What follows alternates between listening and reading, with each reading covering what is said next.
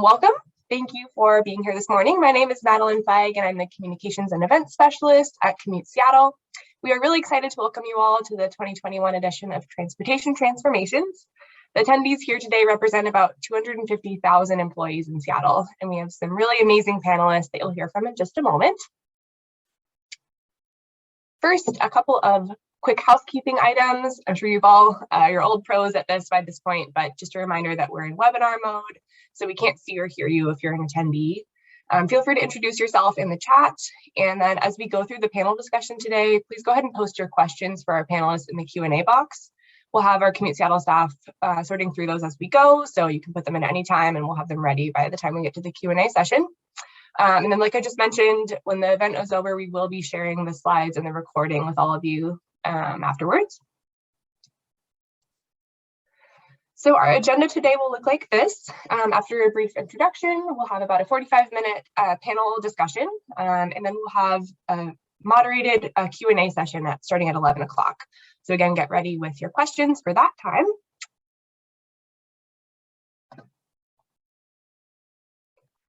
All right, so we are excited to be joined today by Sarah Spicer, who is a strategic advisor at the Seattle Department of Transportation, as well as Rob Johnson, the VP of Sustainability and Transportation at Climate Pledge Arena. Without any further ado, I'm going to go ahead and hand it over to Sarah, who has some opening remarks. Hi, Sarah. Good morning, everyone. Thanks all for joining us. Thanks for Commute Seattle for organizing this event in partnership with SDOT. As Madeline mentioned, I'm Sarah Spicer. I'm the Acting Transportation Options Program Manager at SDOT. I'm also the CTR Program Manager for Seattle, stepping in for Candida Lorenzana, who had a conflict this morning. Glad to chime in, though. As many of you know, the Commute Trip Reduction Program, established way back in 1991, it's a partnership of the state, Commute Seattle, employers, and of course SDOT. And we work citywide to provide transportation options and work towards our goals of reducing congestion. And Transportation Transformations is one of the events that we put on every year, and it's one of our most popular events. It's a great chance to reflect on the past year, to learn about what changes have occurred in our transportation system and what to know about for the future. And this is our fourth year offering the event. Given the growth and change in Seattle over those years, it's generally been an exciting recap. And 2021 is, of course, no different. We've seen some big gains and some major challenges in the transportation world. And the CTR program has continued to show some of the big gains. I'll just give you a little preview that by the end of the year, SDOT will finalize a biennial program performance report that will sum up our CTR program's progress towards the targets that we defined in our strategic plan. So think of it as our report card. And it contains some really positive news. We're meeting or exceeding many of the goals we set back in 2018 when we were drafting that document. And in fact, we reached a measured drive alone rate of under 29% in 2019. And that means we've already surpassed our 2024 target. It's pretty amazing work. However, we know our work is not complete. Because of this new world we find ourselves in, we face some big new challenges along with opportunities. So on the one hand, we see the opportunities. The pandemic has changed travel patterns, offered us this unprecedented fresh start to think about commuter travel.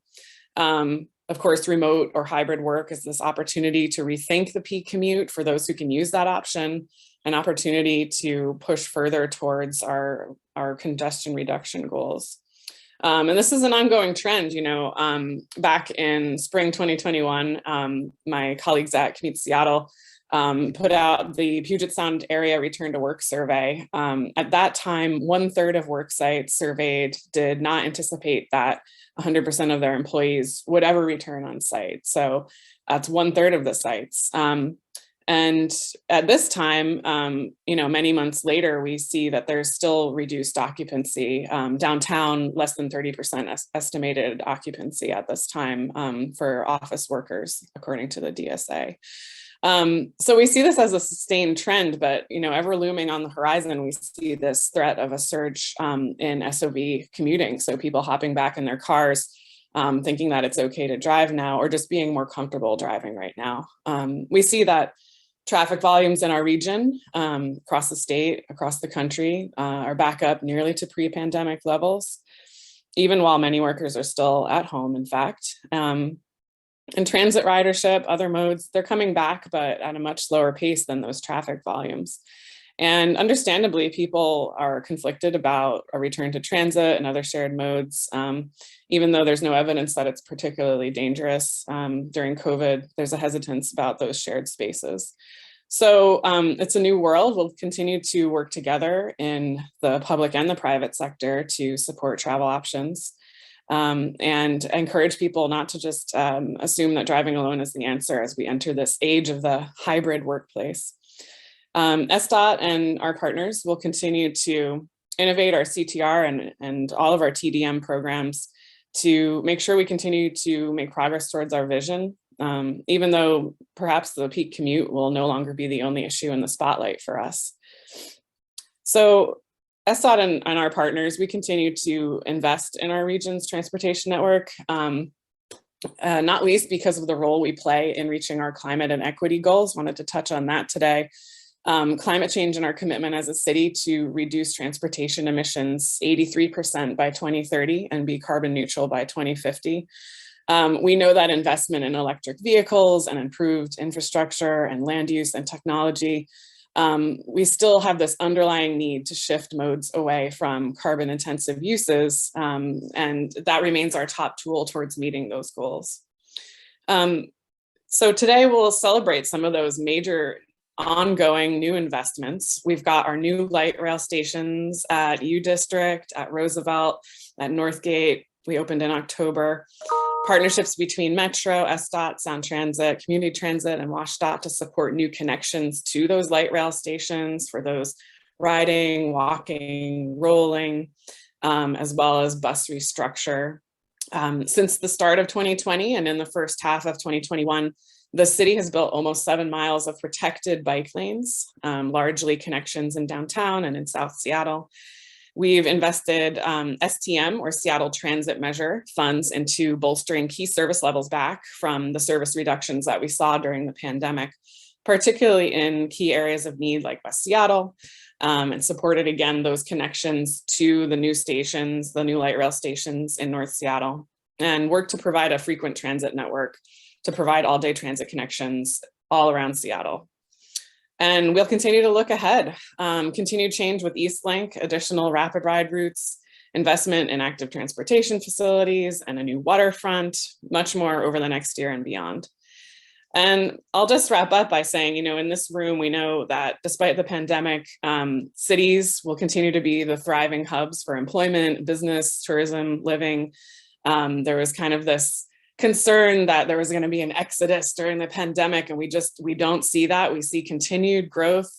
We see continued congestion in our city, and we'll continue to work together to mitigate that and to work towards our climate goals together. And we know this is an issue that we'll need to do in partnership.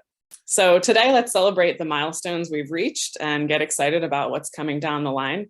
We want to celebrate the innovators making positive change in Seattle, including our many panelists today, and learn together, again, how the public and private sector can leverage these changes to further towards our goals. And with that, I'm excited to introduce our moderator for today. So Rob Johnson.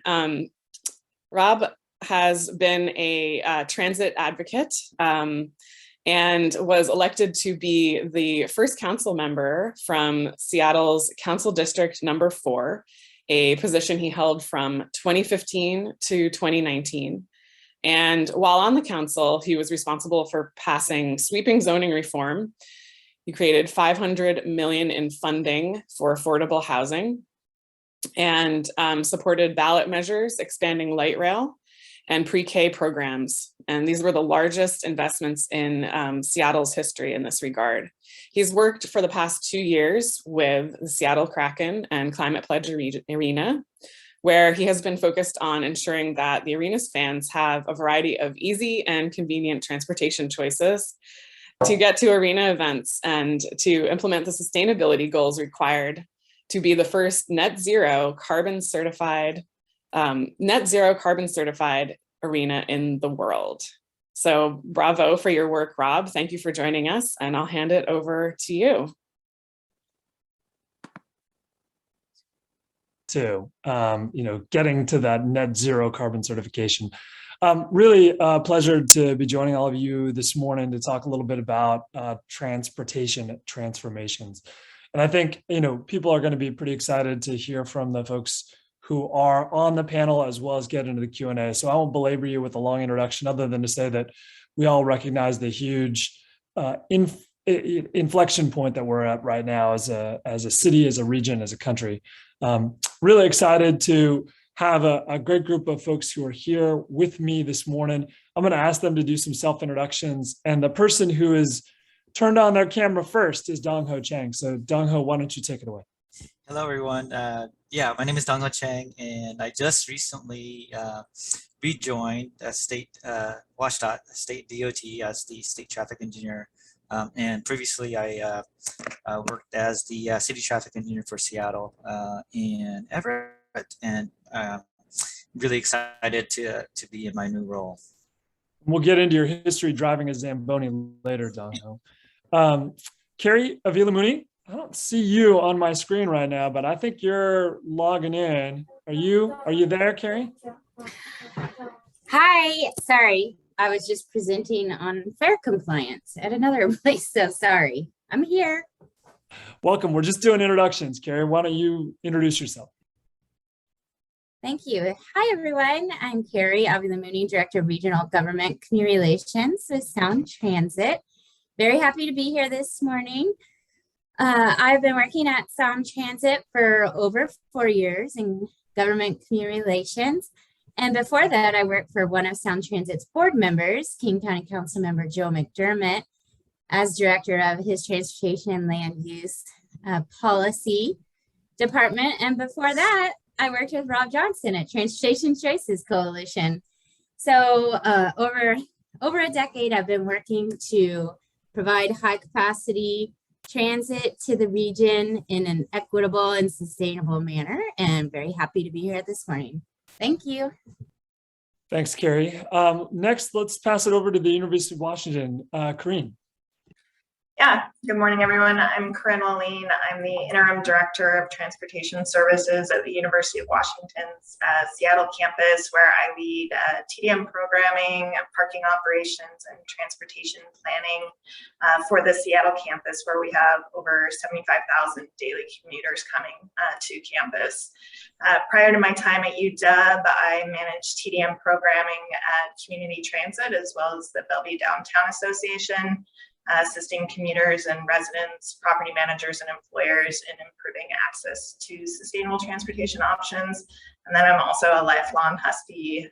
I'm a two-time alumni with a bachelor's in communications and then a master's degree in sustainable transportation.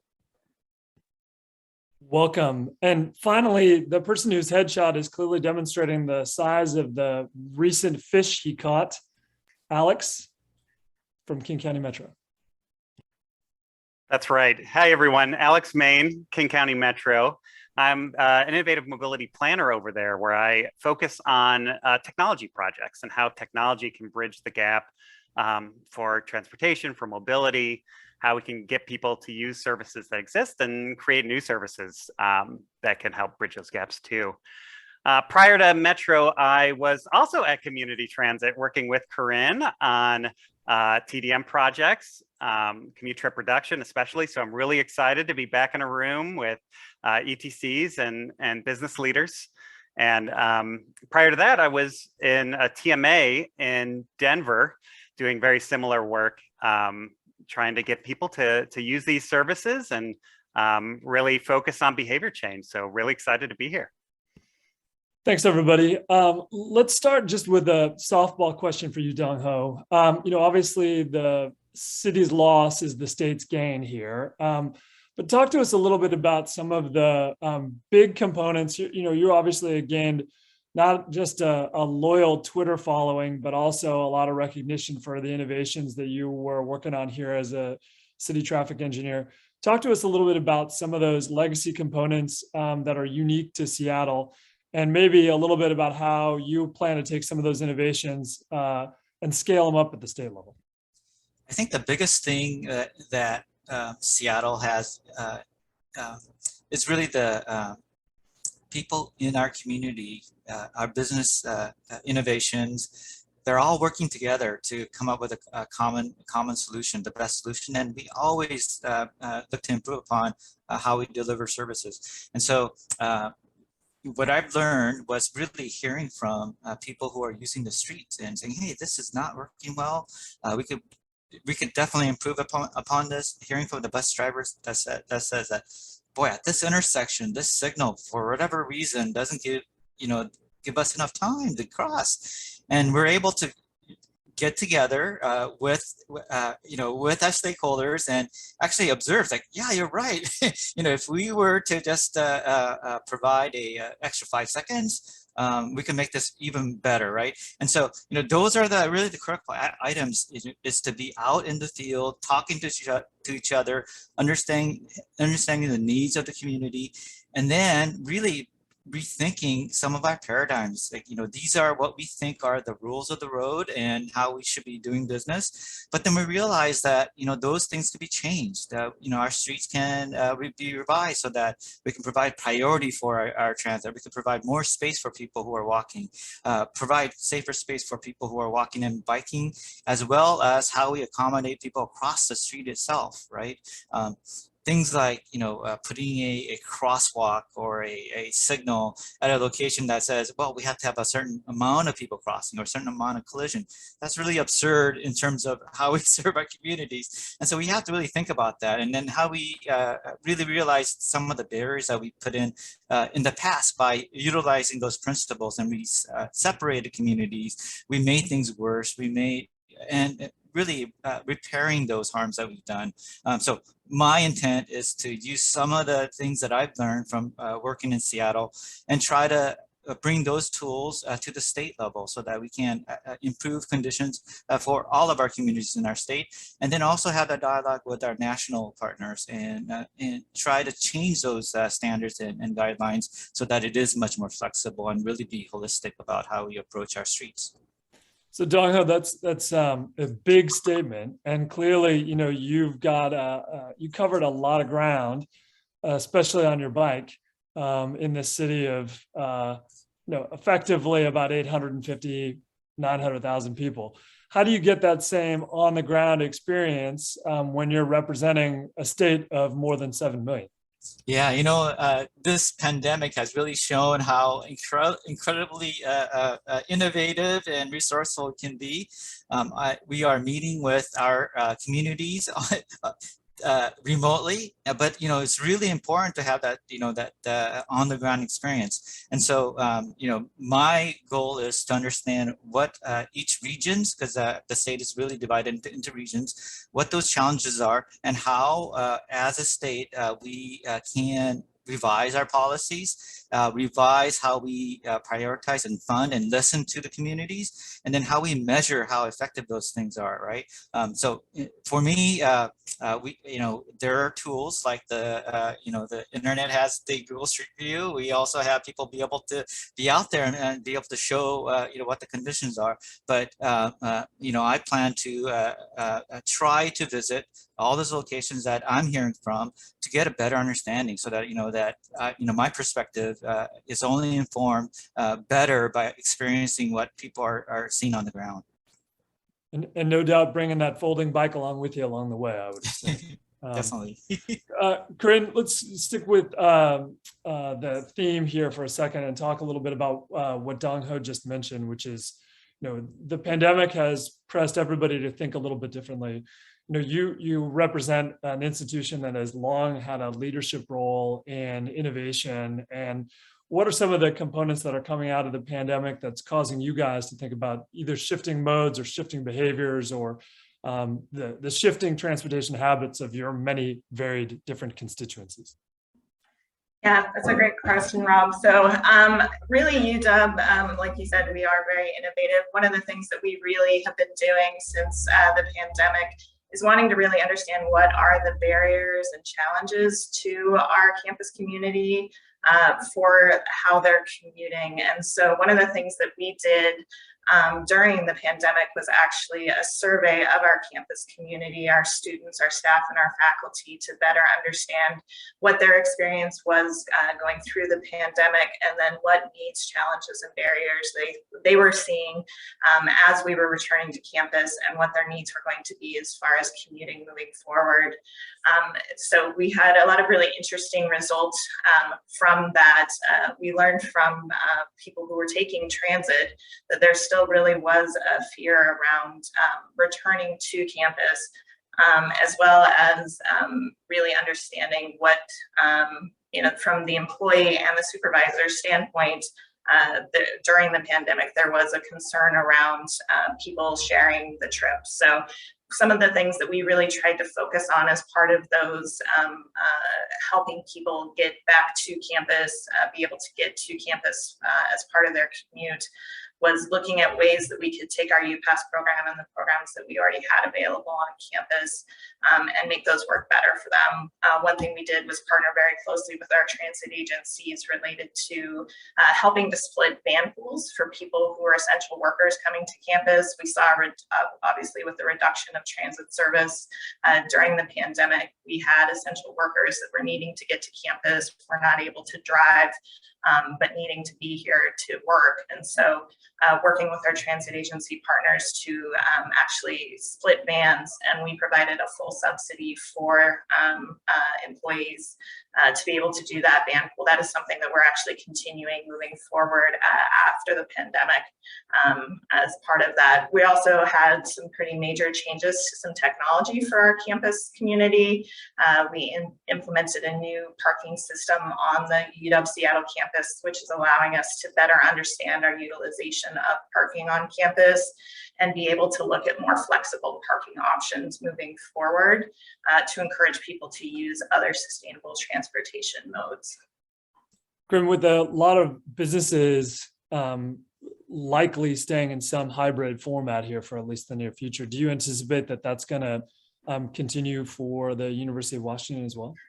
Yeah, I think the University of Washington is really a unique place in the sense that we are a place and people want to come here to study. People want to have the opportunity to network and connect with people as part of their academic experience. So I think more than some other businesses that may be in the Seattle area, we are seeing more and more people actually returning to campus. We also have a lot of essential workers that have been coming through the pandemic. So we have our employees at our medical centers. We have a lot of research that's being conducted on campus, as well as employees that are here to support and maintain our facilities. And so we really didn't see campus close at all during the pandemic. And with the return of fall quarter, we've seen the majority of our classes are being taught back on campus. Our faculty and staff are coming back to support them. So we do see that there will continue to be a hybrid telework environment for a lot of our employees, but it will be more of a hybrid option. We want to have that really vibrant place on the University of Washington campus. Well, you guys are well served by a brand new set of shiny light rail stations that Carrie just opened, in the last 70 days or so. Carrie, talk a little bit about what that was like, both constructing and designing and opening a new station in the middle of a pandemic. And then Alex will talk a little bit about how you guys have shifted a lot of your services to help support that new trunk line. But Carrie, how has the pandemic changed the way that you guys think about operating characteristics and especially this brand new set of stations? Thanks, Rob. Yes, the 3 new light rail stations opened on October 2nd. And, it was just an amazing feat for the agency and for the region. All the planning and work, construction that been going on for years and decades, coming to finally opening the stations. The work that led up to the transit integration piece that hopefully Alex will talk more about was really based on many lessons learned from openings that Sound Transit have had over the decades. We started a lot earlier, working with our transit partners at CT and King County Metro to talk with communities, to work with stakeholders and leaders to ensure that we were designing a system that really led to seamless integration for our riders.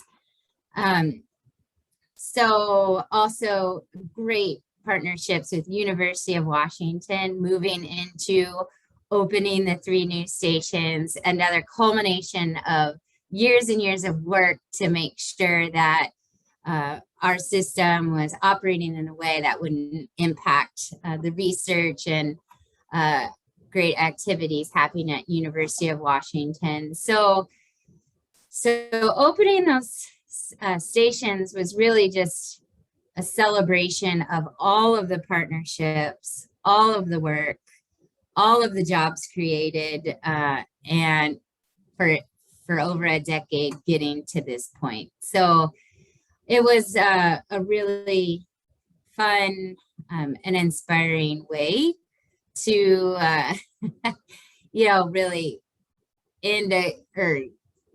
after years of with the pandemic and difficulties with that pandemic and reduced ridership.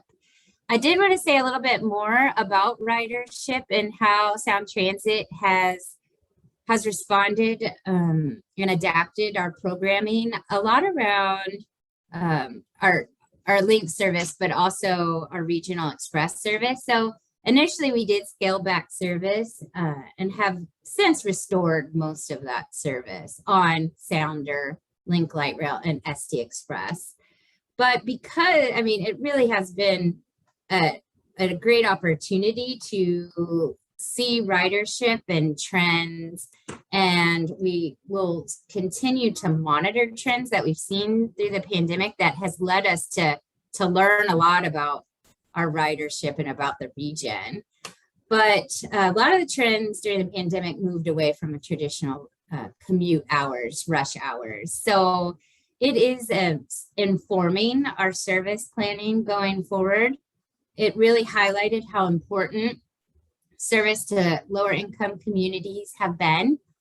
In the height of the pandemic, our South King and Pierce County bus routes were swapped with the Central King County ridership. And going forward, we're going to continue to prioritize that all day low income ridership while continuing with the high capacity link system servicing the commutes and peak hours.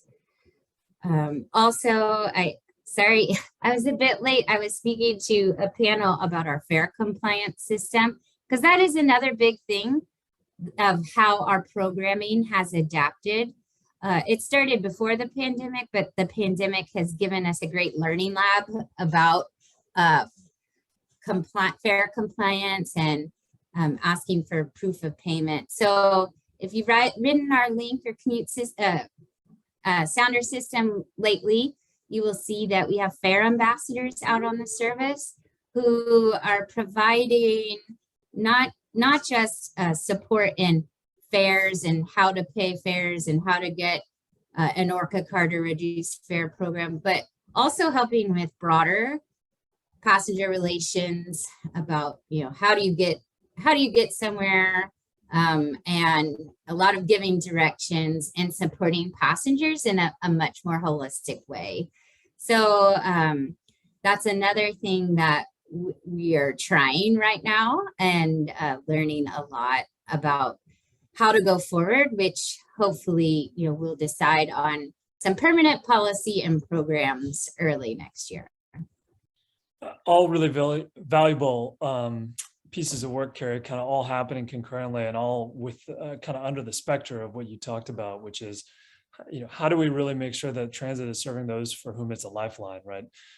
Alex, during the pandemic, you guys saw a dramatic decrease in ridership in a lot of places, but to echo what Carrie said earlier, you also served as a critical lifeline, not only for some of those frontline service workers and emergency personnel, but then also people for whom the pandemic did not change their employment requirements, right? And they needed to continue to work in order to make sure they had resources to pay their rent and put food on the table.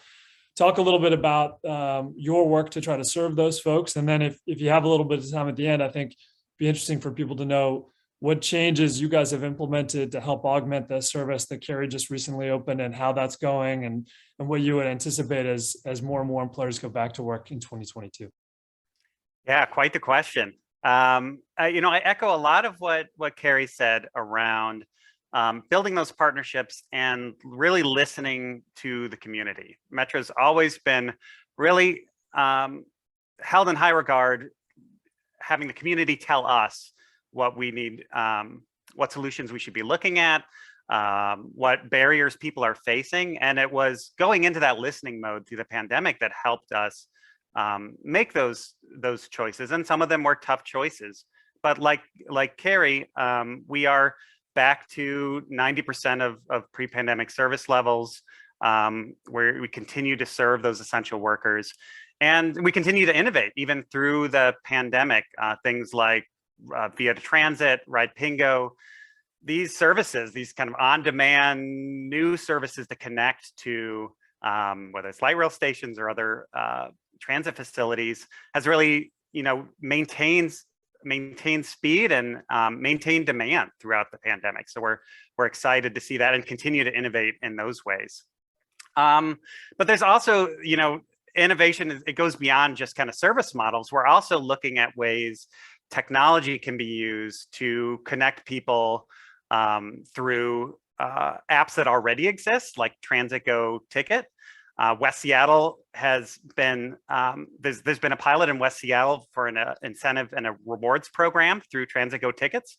That's really exciting. It seems relatively small. Oh, it's reward points built into a fare medium app, but really that's really novel and kind of starts us down this road towards a mobility as a service, having everything all in one. So we're excited to kind of expand that from West Seattle throughout the county and have more opportunities for people to be able to ride not just transit, but other sorts of services. The micromobility providers are on there. You can get an e-bike or a scooter through that rewards program. And as we continue to walk down that path, I think we can get to a point where it's easier to spur behavior change. Everyone loves kind of a gamification of earning points, getting rewards. And if those rewards can be used to get more transit tickets, and riding transit gets you more rewards, you start to see a cycle of people building more confidence in transit and riding these services more as that sort of expands. And also, I'd like to point out, obviously I'm going to talk a lot about transit, but Metro's goes beyond that. We're a true mobility agency. And there's a lot of has happened in the bike and walk space, even throughout the pandemic and now. One of my favorites is on-demand bike lockers, which has really taken off cross counties. It's really integrated across, and they just released an app, so now you can access these lockers with just your phone. You don't need the card, and you can go to transit facilities throughout the region and use these lockers. So lots of technology kind of coming that I think will help bridge these gaps, and we're really excited to be working with the community to find out what those needs are and how to implement them. Yeah, Alex, it's a great point about technology helping to really make it easier for a lot of folks to access. I remember more than a decade ago when we were all talking about how to have variable message boards at critical transit stops to help indicate when the next bus would arrive. And then one bus away arrived on the scene thanks to our friends at the University of Washington. And it really changed the way for a lot of daily transit riders like me to think about how you use the system. And that innovation, I think, is being led a lot at the local level. But I also think the federal government, with the recent major infrastructure bill, is trying to help seed a lot of innovation, whether that's the push to continue to electrify everything, or whether that's the desire to see us as a country build out and maintain the basic infrastructure that we have, and is in need of major repair. Dongho, let's kind of, I want everybody to take a shot at answering this question, but if Mayor Pete came to you, Dongho, and said, give me the top 3 things that we should be making investments in from the federal level that we think would really make a difference in the lives of folks in Washington State, what would your answer be? So I would say one is we know with this pandemic, the people who are disproportionately impacted. So if you walk on any street, you try to social distance, and that space on the sidewalk is not too large, and you're walking in the street. And many locations in our communities don't even have a sidewalk. And so for us to be successful as a community, and also make sure that we have ability to change that impact to climate, because we're seeing that right now in our state with the heat and the amazing amount of rain that we've gotten. We have to do the right choices, and we have to provide those choices so that if we're able to utilize transit, we have to have good connection to our bus stops. We have to have good crossing. We have to have sidewalks that connect to communities. And when we have major trunk lines like the light rail station, we really have to think about how people access those light rail stations, and then development around those stations so that it supports that capacity that we created. I think those are really critical.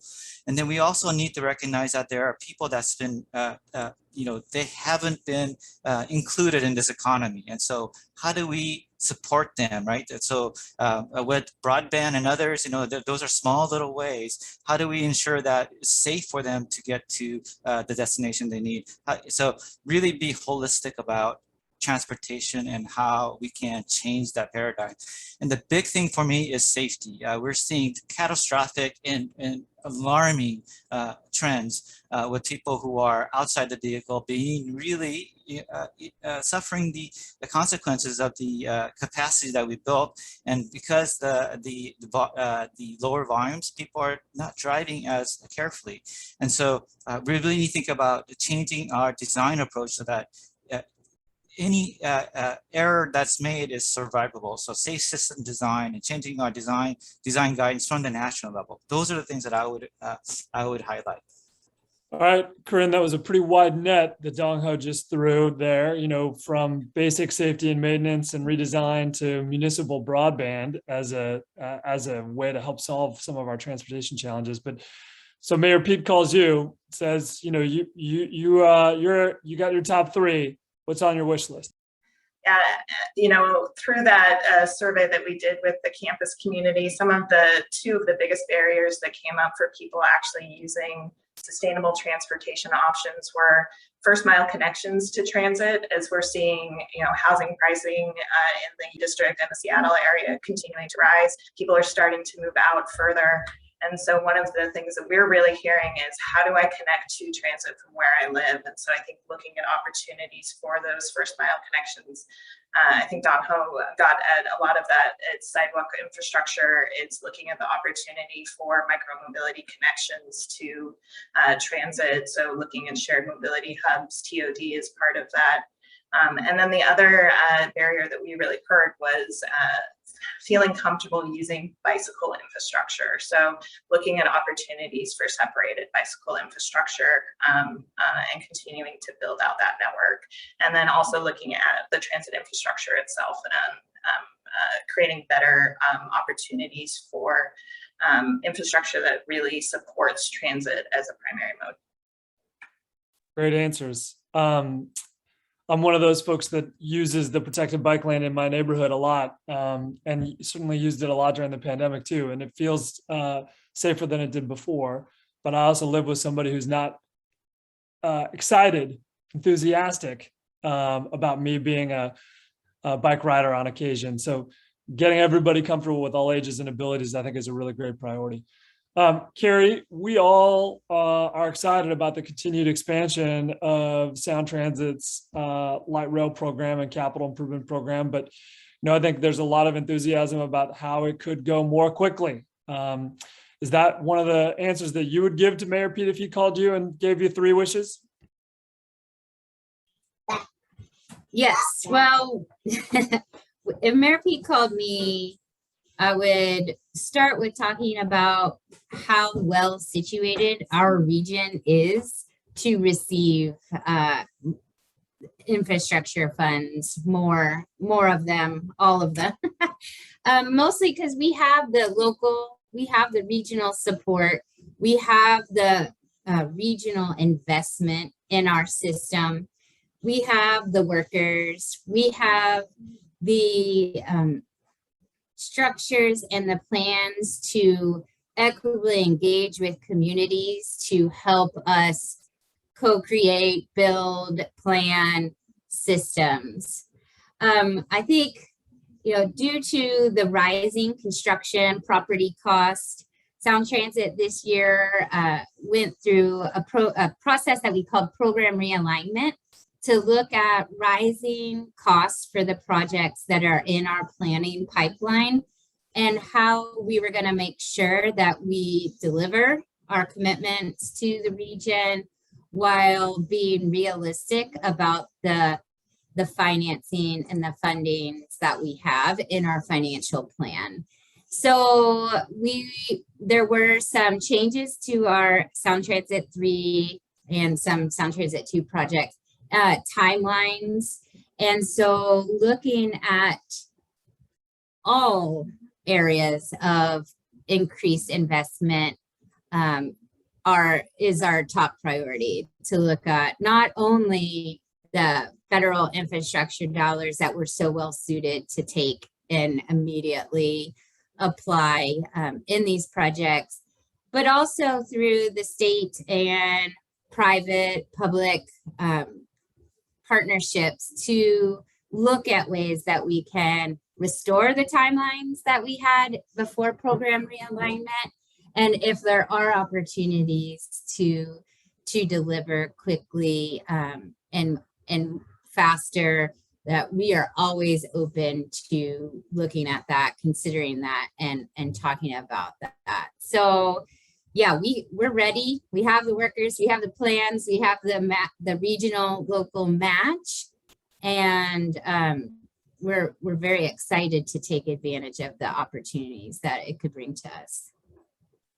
And Alex, you guys have the benefit, of course, of running on a lot of existing infrastructure. Not that you're shy about your capital requests as well, because we got to have great buses for people to ride in. But Mayor Pete, comes to you. What are your top 3 priorities? Oh, I was worried I wouldn't get my wishes. You're right. With new capital is always great. We do have a zero emission plan that that we're working towards. So replacing fossil fuel vehicles with all electric is definitely something we'd like to see. But I think beyond this idea of building, one of the things I'd love to see feds look a little bit more towards is operations. It can be, feds love a pilot. They love to see things experimented and innovative, which is great. But then when pilots succeed, it comes down to local dollars in many cases to keep those things operating. So I'd love to see some of this money kind of go more towards this is working well. Let's help you keep it working well for a while. So I'd love to see some of that earmarked a little bit more towards operational. And then because I spent so many years in the TDM world, I'd love to see some of this go towards things more related to behavior change, things like incentives and subsidies. How do we get people to use the services? Not just build, but engage. So the more we can do with tools that help people access things, with incentives to get people to try them for the first time, and subsidies to help businesses and others get benefits in front of their employees or their customers or anyone in order to use services that do exist, that are being built out through the rest of this 26 billion. That's great answers. Before we turn it over to Madeline for the facilitated Q&A, keep those questions coming, and we'll get to them in just a minute. But let's kind of wrap up this more formal part of the discussion with kind of one crystal ball question for everybody. We're 3 years away from a real dramatic expansion of our light rail system. I think, Carrie, the numbers are something like a more than doubling of the existing system, which is a really incredible and overwhelming change for so many individuals throughout the region to be able to get access to frequent, reliable transit, and the network expansion that will come alongside with that is a really, really great thing too. So that can't be your answer. But in 2024, look into your crystal ball, outside of that major expansion of light rail system, what's one thing that you would really love to see, or one thing that you know is coming that you're really excited about? And let's go in reverse order this time. Alex, I'll pick on you first. What's one thing in between now and 2024, big innovation that you have planned or you would love to see implemented? Yeah, all right. Well, I'm really excited. I got to give you some special credit, Rob, for the what climate change arena and the Kraken have done in regards to getting tickets in the hand of customers. That's kind of an innovative thing, is when it comes to transit subsidies and transportation subsidies, we often look at employees first, residents, but the customer base has always been hard. How do you get people who are kind of these one-off trips to engage with transit? And the Kraken were a leader in that, getting free tickets in the hands of ticket buyers, free transit tickets in the hands of ticket buyers.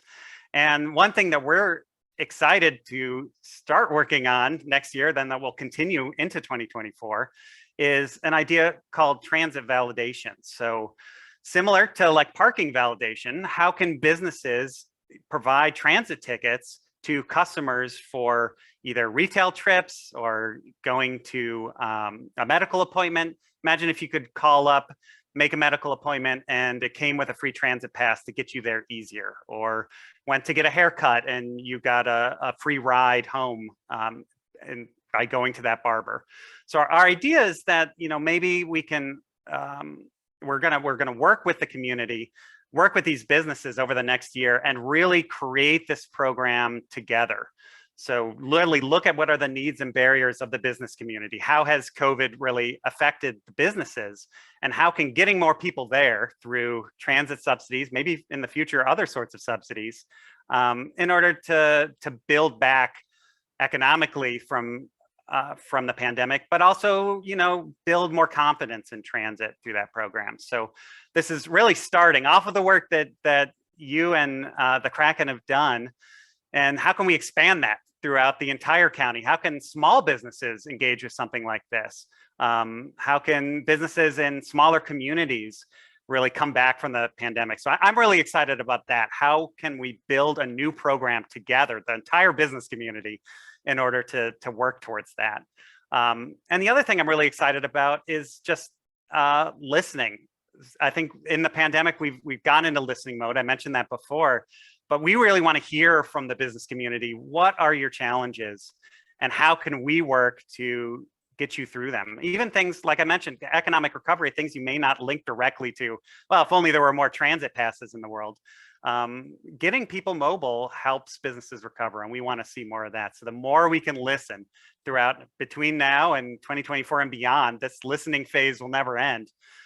We want to keep hearing from you. So again, really excited to be here, not just to share what Metro's up to, but to hear from all of you. So thanks. And as a little side note, 2024, worked at community transit for many years, still living up here in Snohomish County. Linwood Light Rail can't come quick enough. Really excited have that extension all the way up here.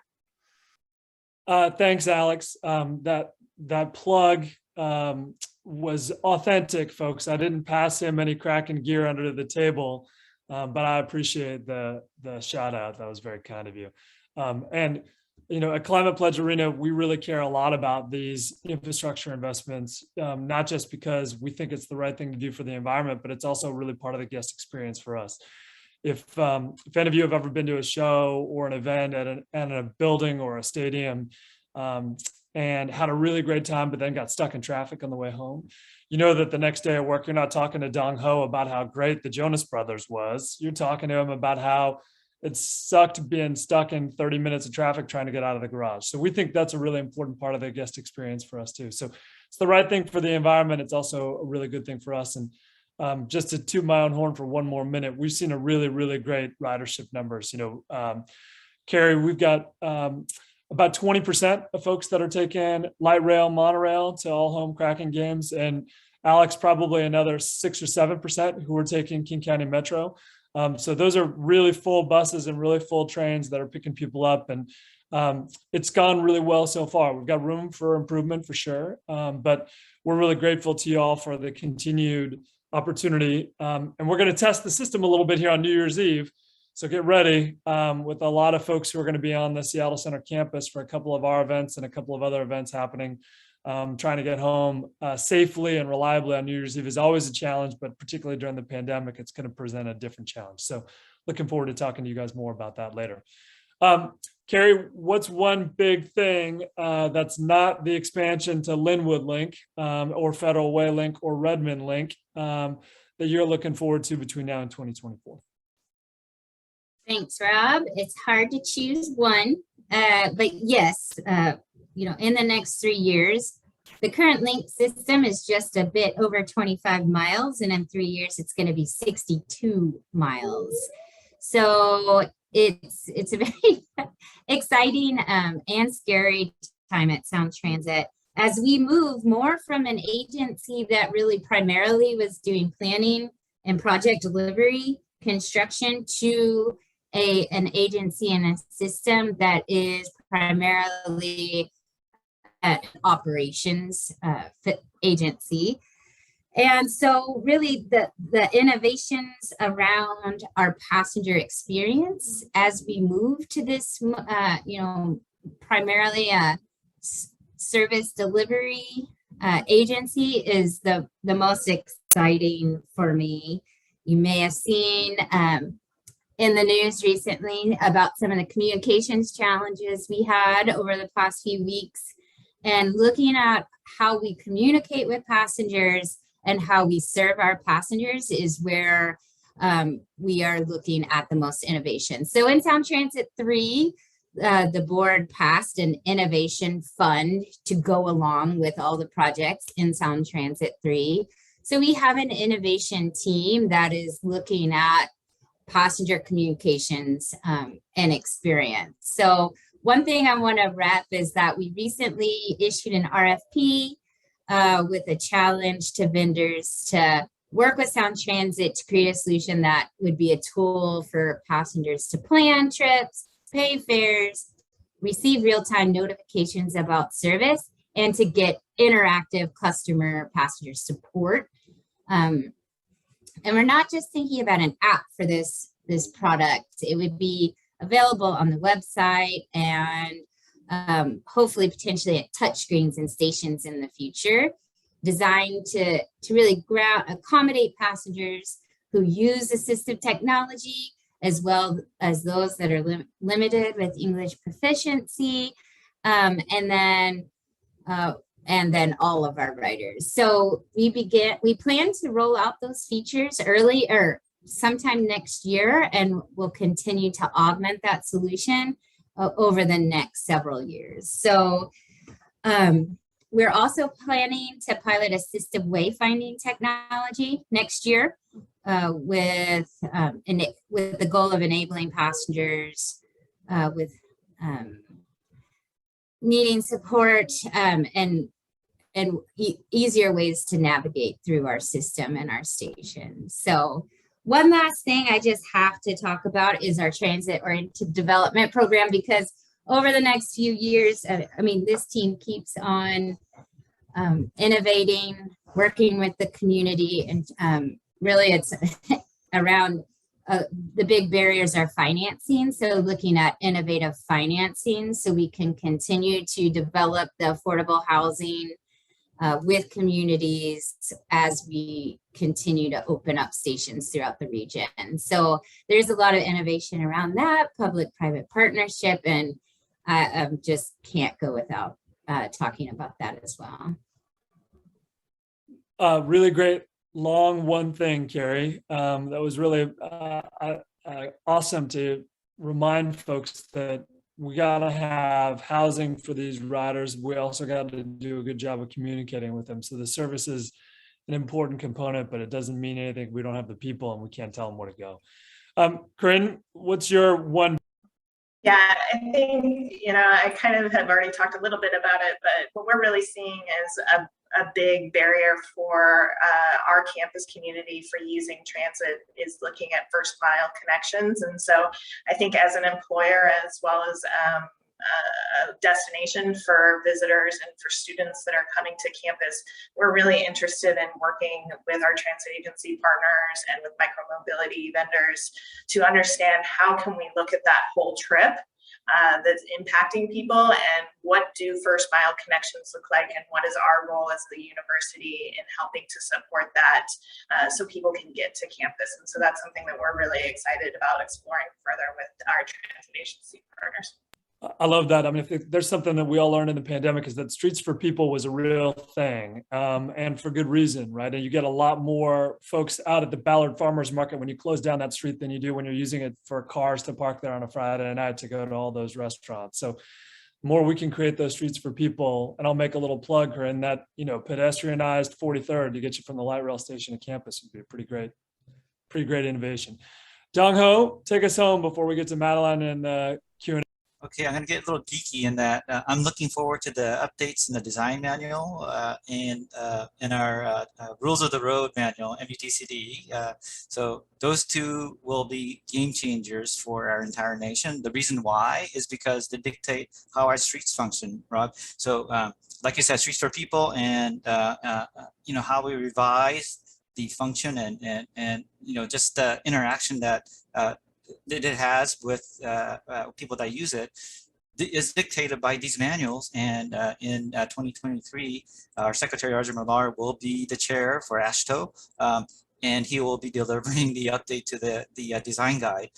We also know that the infrastructure bill has a specific language for updating the MUTCD, which is the manual that we all follow on what we can do on our streets. And it has very specific provisions for safety of vulnerable users and safe system design. So it's very encouraging. We can look forward to a much more flexible federal guidance that we could utilize on our streets.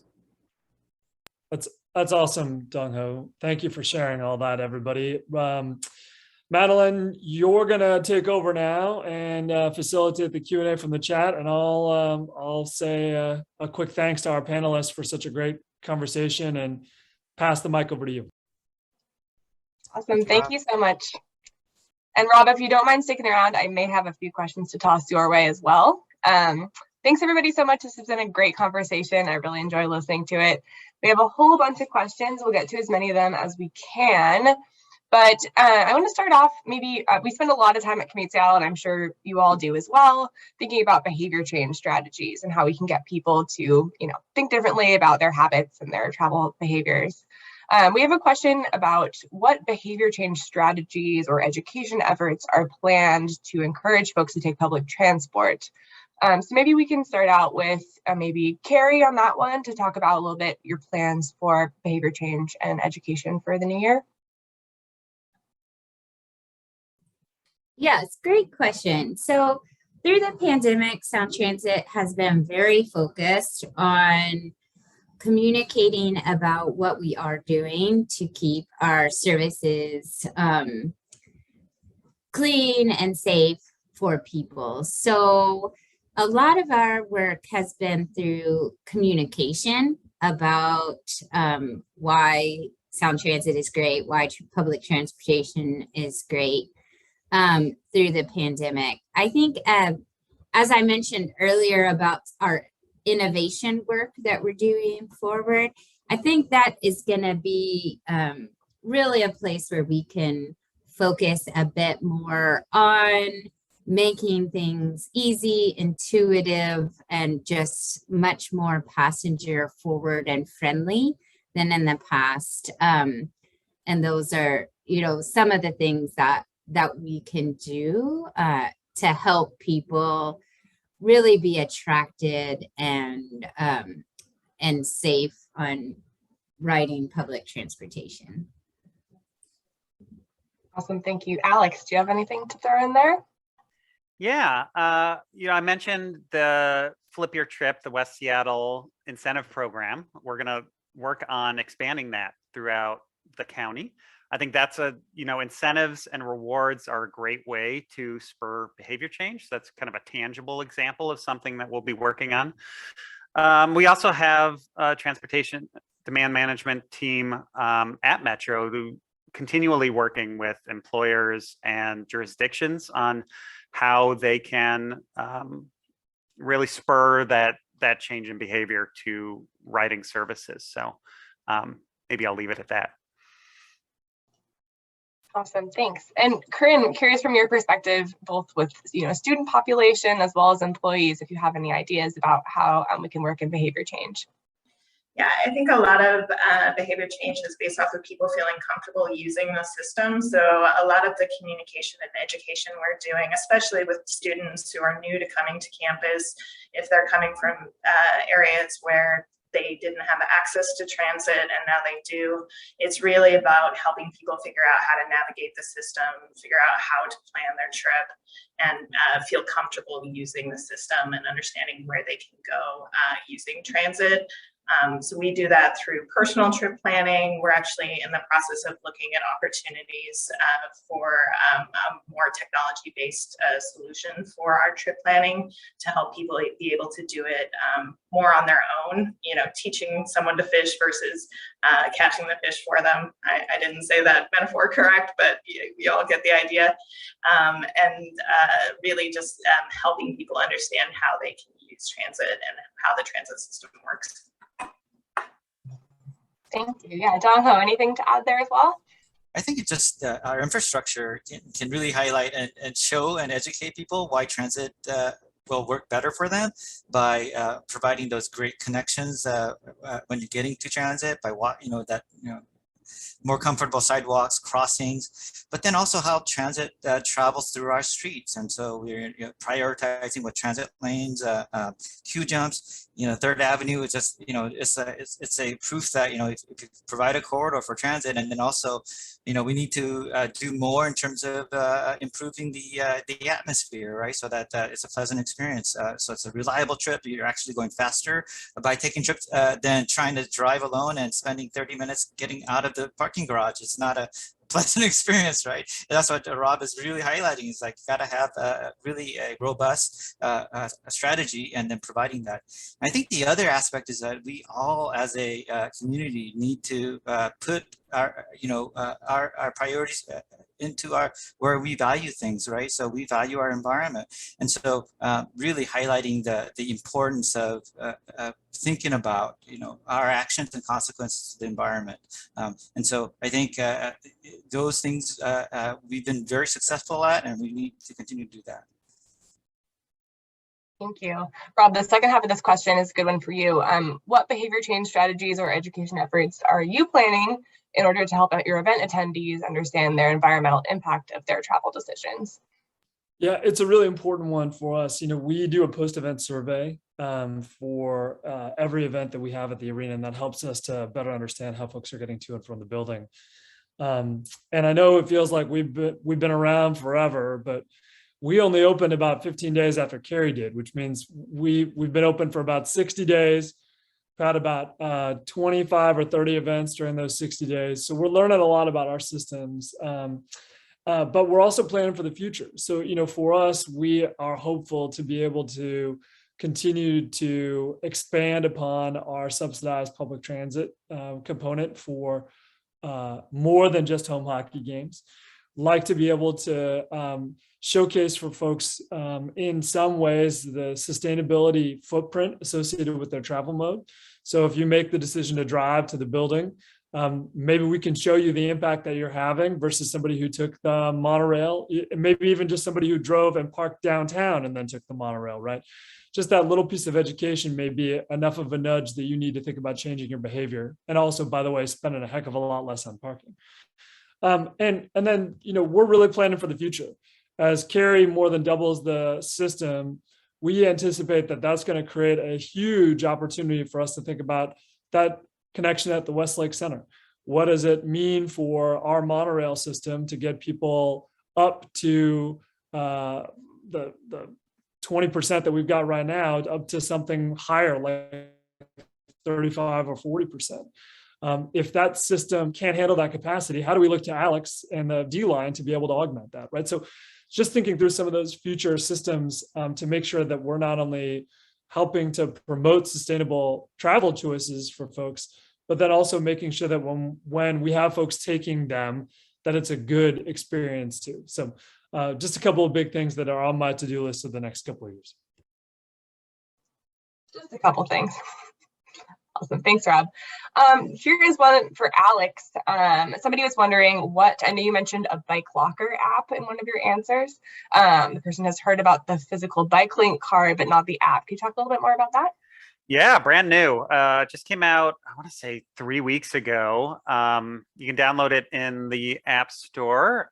It's called Bike Link, just like the lockers themselves. So you can download that app. It has what you would expect of a bike locker app. You can open a locker, you can do payments via the app. So we're excited. It hasn't really been rolled out promotionally yet, but it is available, and excited. If you do try it, let us know how you like it, and we can work with the vendor to make any changes to make it even better. Awesome, that is exciting. Here's one that might be good for Dongho. Somebody is wondering how we can regulate sidewalk safety with increased usage of powered e-bikes, shared scooters, etc. Yep. So I think it goes to the inequity of space that we have on our streets. That all these modes are competing on a small amount of space, where we should be really prioritizing people who are the most vulnerable. Sometimes people, they have low vision, no vision, and these mobility devices are sometimes in the way. So just rethinking about how we use our street space. A lot of times there's a lot of space to work with, but we've chose to work on the peak hour paradigm and use that space for the mode that's the most inefficient.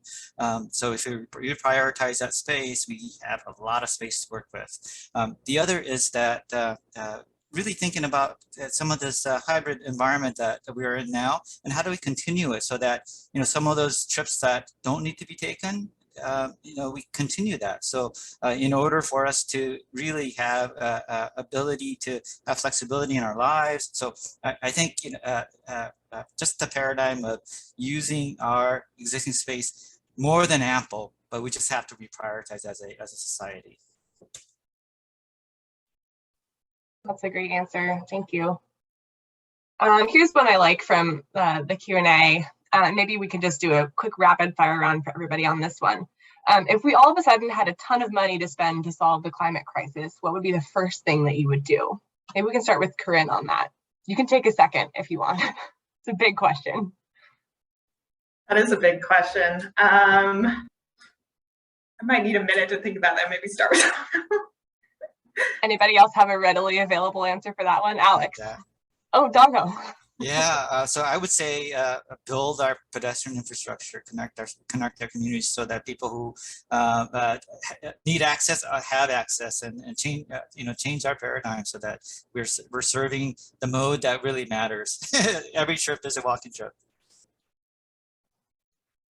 I'll say, we have a pretty clean power grid in Washington, so electrification. The more we can electrify our public transit vehicles and all vehicles, I think that will definitely lead us in that direction. My opinion on this, Madeline, is that the city's largest asset is its roadway network, with more than probably a third of the city being paved over for vehicle storage or throughput. And the more we can turn that away from the limited use that it has for the movement of vehicles and turn it over to people, the better off we're going to be from an environmental perspective, from a health perspective, and from a safety perspective. So if we could get all that infrastructure dollars to go towards creating streets for people, I think we're going to all be a lot healthier and happier and safer. Carrie, Caryn, anything to add? Yeah, now my brain's going, woo! but I think I've spent enough time with Rob Johnson to and on Dongho's Twitter to maybe I've been influenced a lot, but I think their answers are right on. And I mean, you're asking a panel of transportation people this question, and that makes me very happy, because continuing to look at how people move around in our cities and in our region is going to be the place that would make the biggest impacts to reduce climate change. But also, again, I'll rep our transit-oriented development team of building affordable places for people to live close to the transportation access is going to be, really the place to put those resources. So. I'd say I'll agree with all of my other panelists. I think those are good answers. So. Awesome, thank you. All right, here's another one that looks like it's for Alex. And if you're able to speak to this, how do projects like Rapid Ride help to increase the investment for sidewalks and safe crossings? Yeah, I mean, I think transit-oriented development, Rapid Ride, any BRT is a form of transportation that encourages development along the roadways in which it operates. I don't know. I definitely can't get into quantifiable details of how it directly has increased sidewalk access, but I can use this as a plug for Safe Routes to Transit, which is a program that Metro operates, which essentially provides investment for sidewalks in Seattle and many places around the country. Sidewalks are privately owned, and it can be very difficult to create a network, a connecting network. And Metro is innovatively decided to work with jurisdictions to build those networks out to connect to transit, to facilities like Rapid Ride and others, to give that access. Because you're right, how those sidewalks, how those trails, how the connection to transit is really important, and the safe routes to transit is our answer to that. That's great. So we talked a lot about kind of the really big and well-publicized projects that you all are working on right now, which are really important.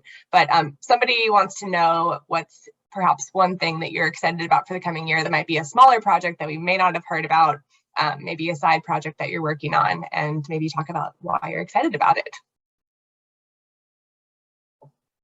I'll pick on Rob to start with that. We've stood up a lot of really great infrastructure in and around the neighborhood. And I don't think that it's being as well utilized right now as it will be in the spring and the summer when we start to have a little better weather. We've got really pretty incredible protected bike lanes that we've helped to construct to get people to and from our building. We also have installed those bike lockers that Alex was talking about. So our physical infrastructure that have gone to support multimodal investments to get people to the arena and to Seattle Center more broadly, I think is going to really dramatically improve over the next couple of months as people start to see that infrastructure, i.e. when it's not dark at 4:45 every night, but also when they feel safe enough to do it. So we're seeing a healthy amount of folks that are taking micro-mobility solutions to get to Climate Pledge Arena events. And I think that that's only going to grow as people see more safe ways to get to and from Seattle Center.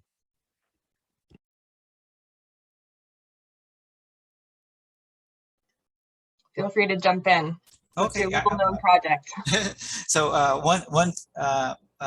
you've already noticed in Seattle there is automated enforcement for red lights and school speed zones, but there was a new provision that was provided in Seattle for automated transit lane enforcement and block to box. And the mechanism is really, really unique in that obviously we don't want people who are put in danger by not being able to cross at a crosswalk and having the intersection blocked.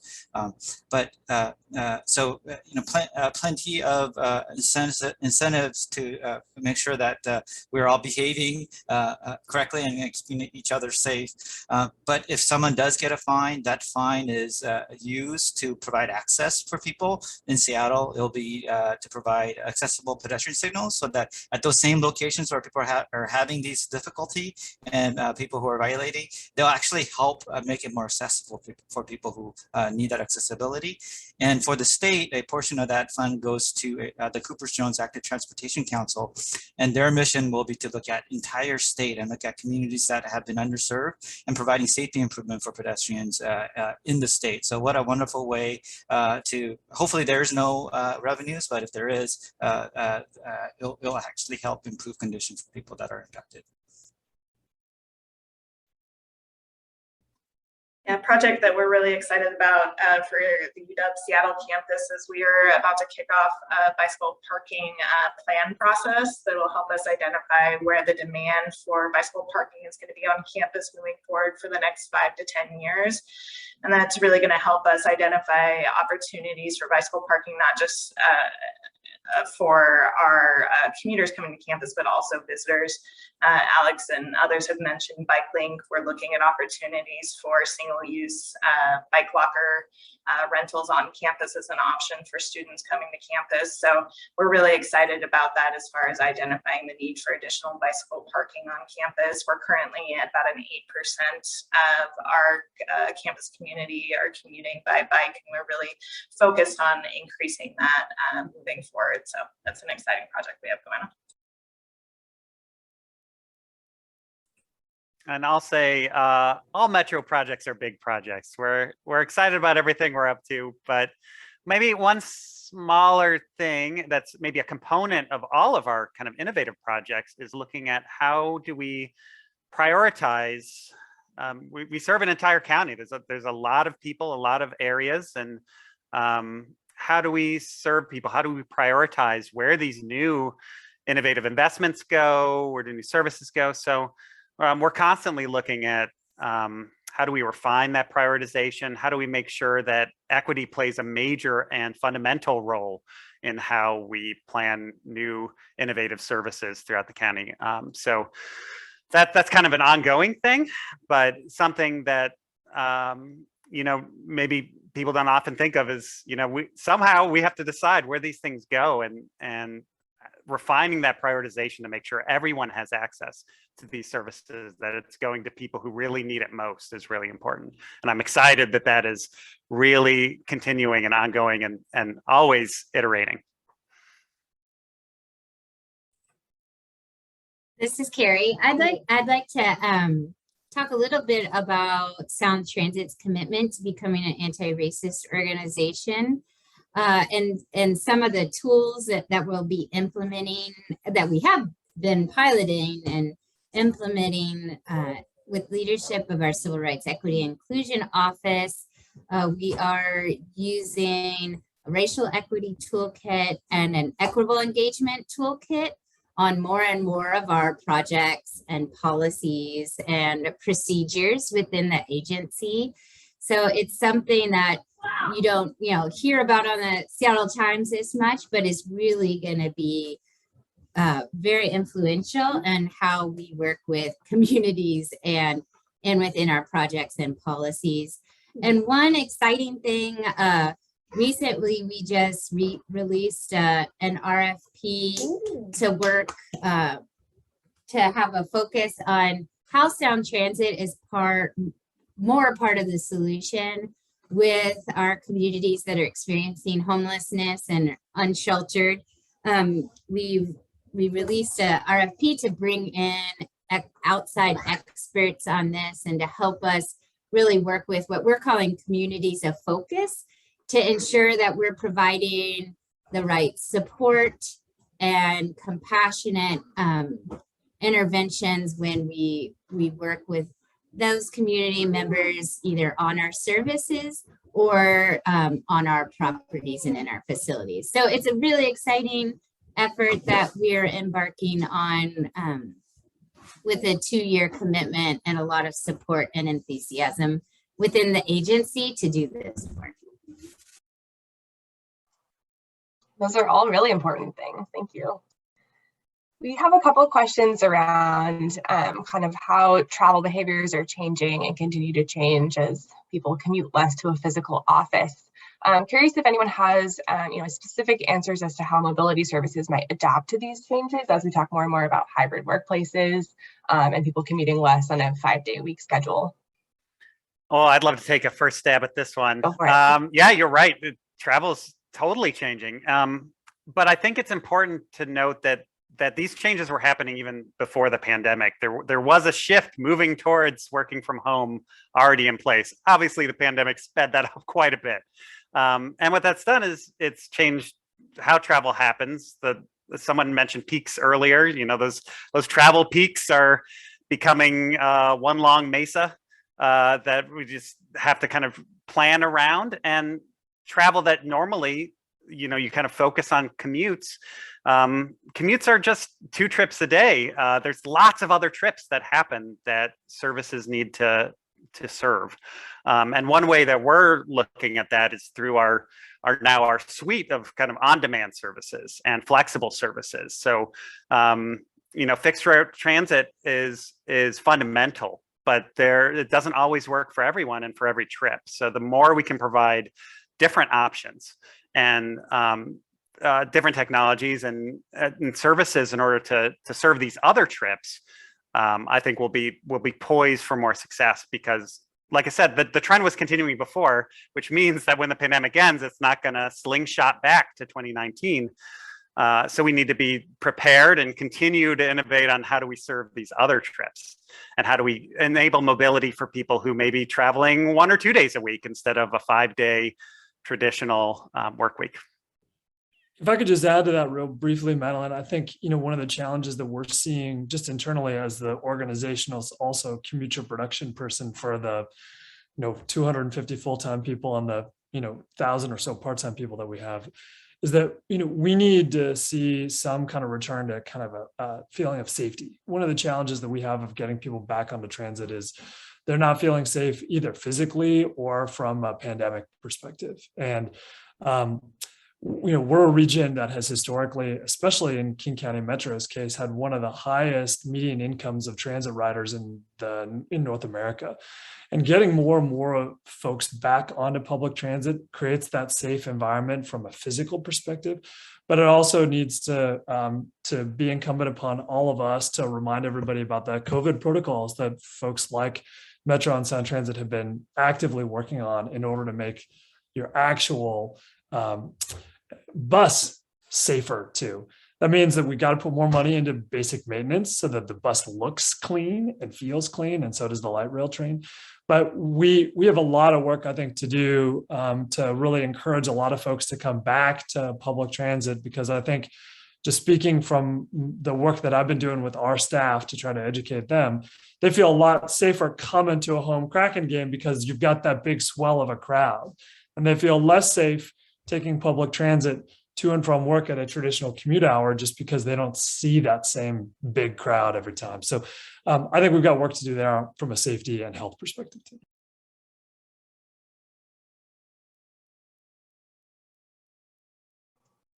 Anyone else want to chime in on that one? I think the only other thing I would mention that we're really looking at the University of Washington is just the flexibility of options, realizing people that aren't going to be commuting 5 days a week anymore. We're looking at our parking management strategies to really focus more on daily parking options for employees and for students. And then also looking at that with our UPass program too. Currently, folks purchase, if they're opting into our UPass program, for a quarter. So one of the other things we're looking at is a more daily option for folks that are commuting on a less regular basis, so that they're not feeling like they're purchasing for an entire quarter.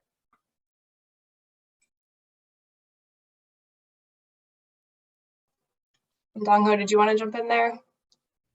Yeah, so our secretary has a target of 30 to 40% of remote work on average, voluntary for our organization. And so we're trying to determine how we can do the hybrid workplace as well. And so just looking at strategies for that reduction trip. How do you include people who are not at the site so that it's interactive? Make sure that it is an inclusive meeting, inclusive engagement, and that it is a viable and a normal part of the workplace culture. I think it's pretty critical. I also think that we also need to think about that non-discretionary trip that we all take, right? So, I mean, having transit available during the off-peak to make that quick trip is pretty important. And so we need to prioritize as a society and as a community that that public transit is a critical service, and we need to fund it that way so that it's available service. I'm wondering, like, how do we get to that point where it is a service that we all take for granted, and it's always going to be there, and it's going to be the best choice. Awesome. Well, I think that is all the time we have for today. I just want to thank again all of you panelists, Rob, for joining us today. It's just been amazing to hear all of your perspectives. We're so lucky to have you all on board. I'm going to go ahead and share my screen really quick here.